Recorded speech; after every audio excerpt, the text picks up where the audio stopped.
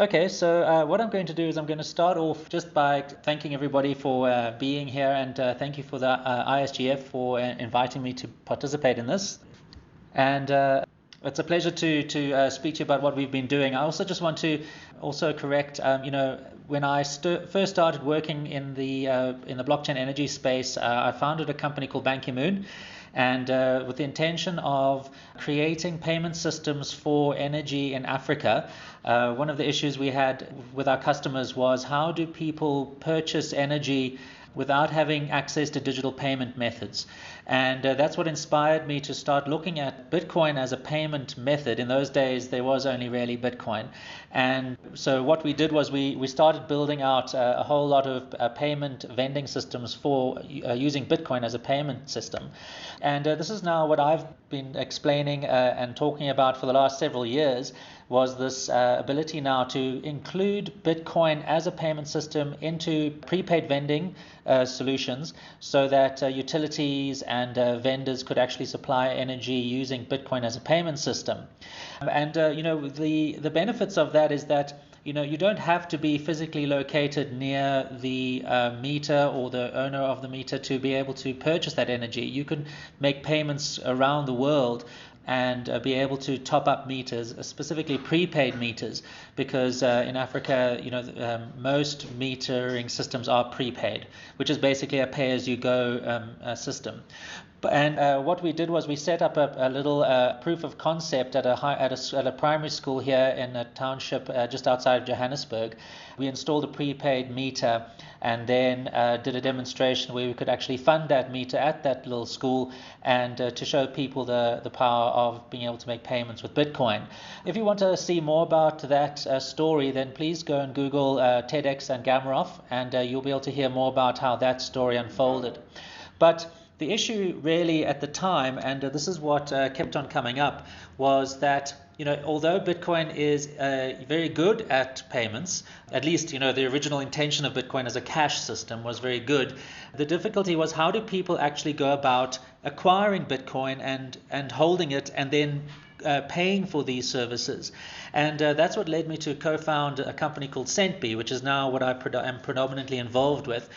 This is a company that is trying to solve the issue of, how do people acquire Bitcoin? How do they then hold it? And then how do they use that Bitcoin? The electricity vending system was ahead of its time, of course. If you were somebody who had access to cryptocurrency, then of course it made sense. But for the vast majority of people on the planet, cryptocurrency and Bitcoin is very difficult to get hold of. So Centbee was co-founded about 3 years ago with the intention of creating a payment ecosystem where people could acquire Bitcoin, hold it, and spend it. And so Centbee is a wallet. Anybody around the world can actually go and download Centbee. This is a product that is live. And what we have now done is roll out this ecosystem within South Africa, because that is where I'm based. But we are now going to start rolling this out across other emerging economies. And of course, we're very interested in Asia, Latin America, and so on. So the question now is, how does somebody go about acquiring Bitcoin? And I also want you to note that we have selected the Bitcoin SV blockchain for reasons which I'll explain at the end of this presentation. So what we have now is we've got a wallet, Centbee wallet, and what we've done is we've created two methods that people can acquire Bitcoin SV for their wallet. The first one is the in-store purchase, which is what I'm going to explain, and also the bank integration. This, by the way, I want you all to realize is this is a live product. It's operating in the South African market right now, at least the top-up functions. The Centbee wallet, if you just want to have Bitcoin SV, it is globally available right now.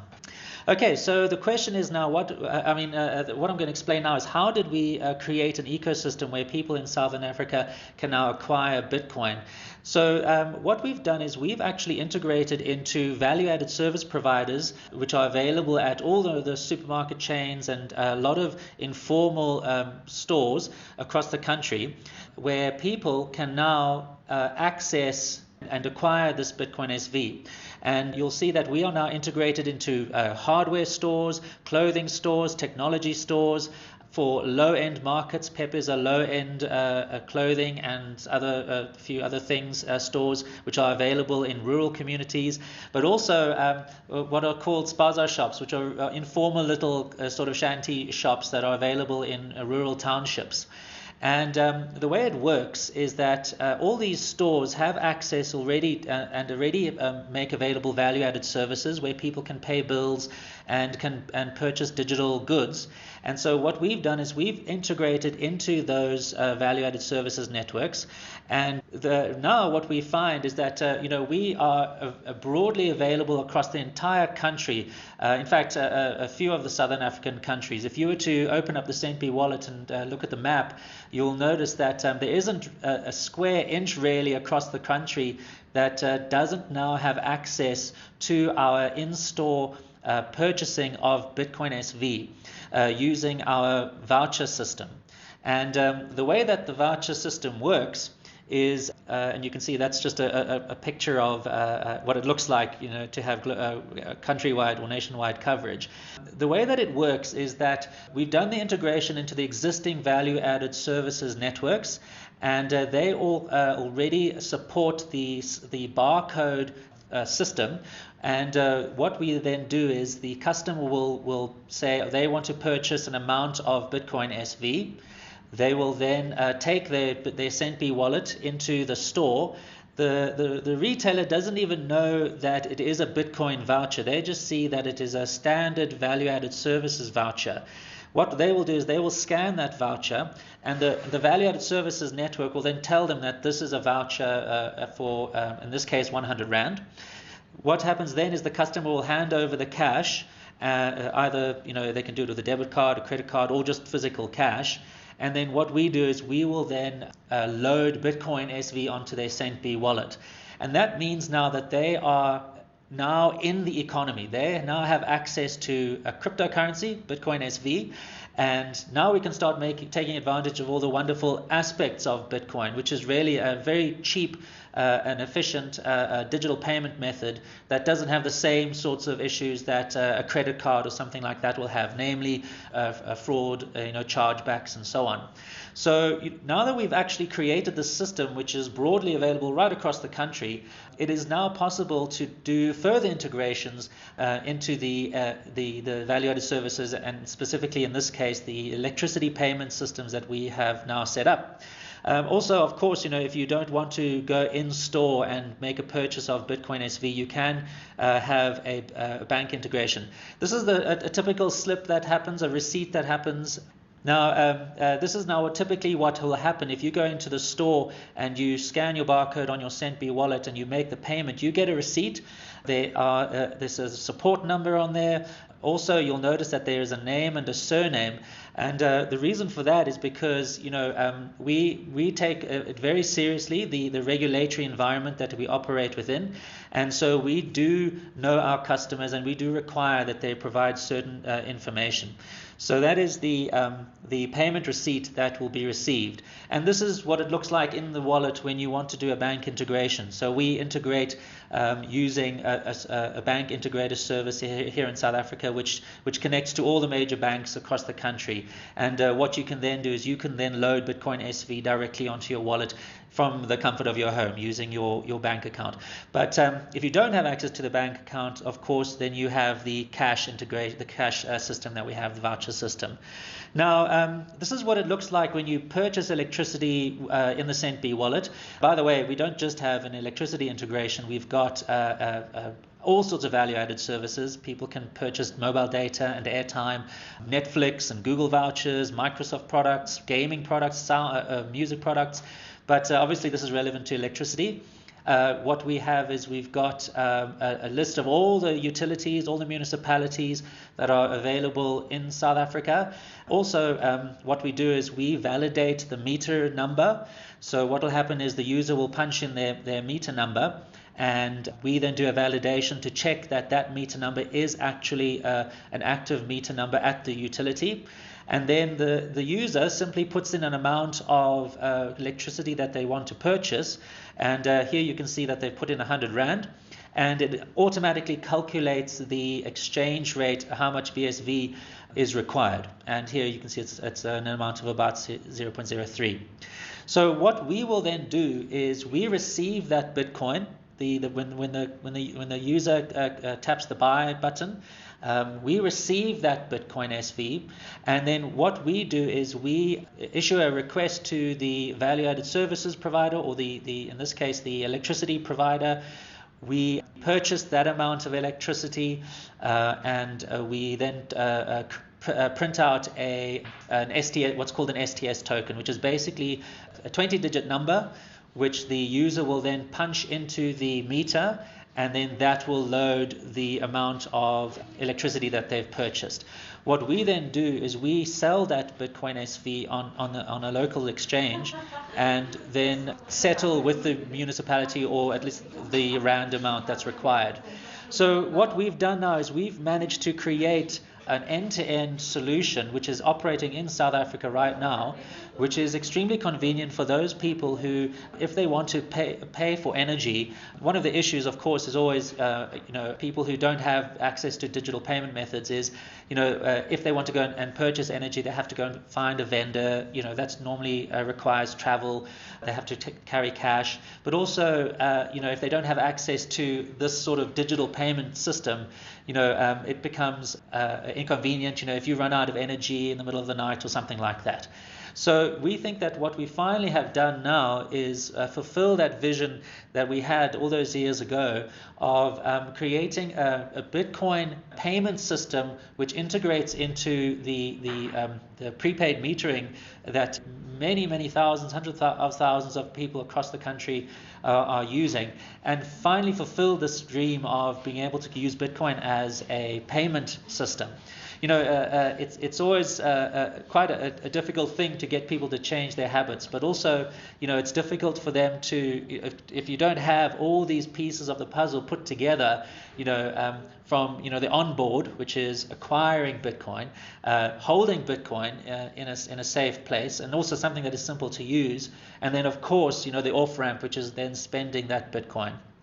So we've managed to now create that, and this is now operating in South Africa right now. And another thing is what I mentioned is that we work very closely with our regulators.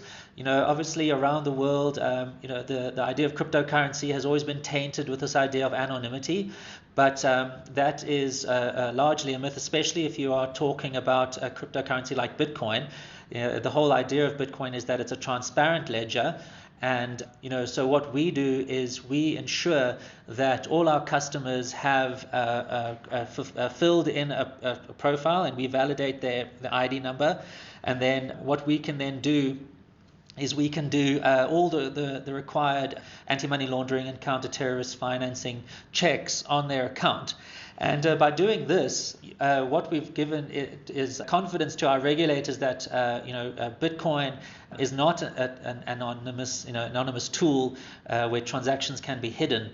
They now see that this is something that is can be regulated and can be safe, and accountable institutions like Centbee, by providing this sort of data and this sort of analysis, it makes them realize that this is a tool that can be extremely financially inclusive and provide digital payment methods to users and customers across the continent and other economies that they don't have access to.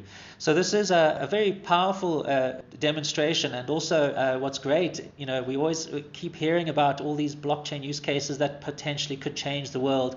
But what we have is an actual live implementation running here in South Africa with users using it. And it's a great example of Bitcoin payments in use. So we're very proud of that. And of course, now we're going to be opening up our international KYC process, which will then allow us to start spreading the service globally. And there are certain markets that we are specifically interested in. But also now we've got a case study and data that we can show regulators across the world to show that Bitcoin is certainly not an anonymous system. So also what we do with this KYC information is that we are now able to provide limits. Again, this is a kind of an assurance tool for regulators who want to know that users aren't being able to exploit the system. So depending on the amounts of KYC data you give, if you give a proof of address or if you give photos of your IDs and that sort of thing, we can then raise those limits accordingly. And another thing is that what I want to talk about is I've spent a lot of all this presentation really talking about the cash Bitcoin as a cash system, and that was really what the whole idea of Bitcoin was. Not to say that that is what it's limited to. Just remember that this is a data network, and one of the most important things about this sort of network is that data that goes onto the blockchain is immutable, and that means it cannot be changed. And that obviously makes it a really great tool for data integrity. Now, the nature of Bitcoin, and this is why we chose Bitcoin SV, and I'll tell you why it's called Bitcoin SV and not just Bitcoin. The nature is that it is a transparent ledger, and that means that data can be private but not anonymous, and that makes it a fantastic auditing tool. And because the data is immutable, it means that you can now verify data that is recorded on that blockchain. So if there's ever going to be a use case for storing transaction data or usage data and that sort of thing, Bitcoin as a blockchain, a public blockchain, is a fantastic tool for that sort of thing. Now, why Bitcoin SV? I want to just quickly explain Bitcoin SV. What's very important is that it's public. Public means that it can be publicly audited, and also the fixed protocol idea. If you have a protocol that can change, in other words, the protocol, the rules of the system that can change, it means that you'll never have the assurance that data today will be the same as data tomorrow.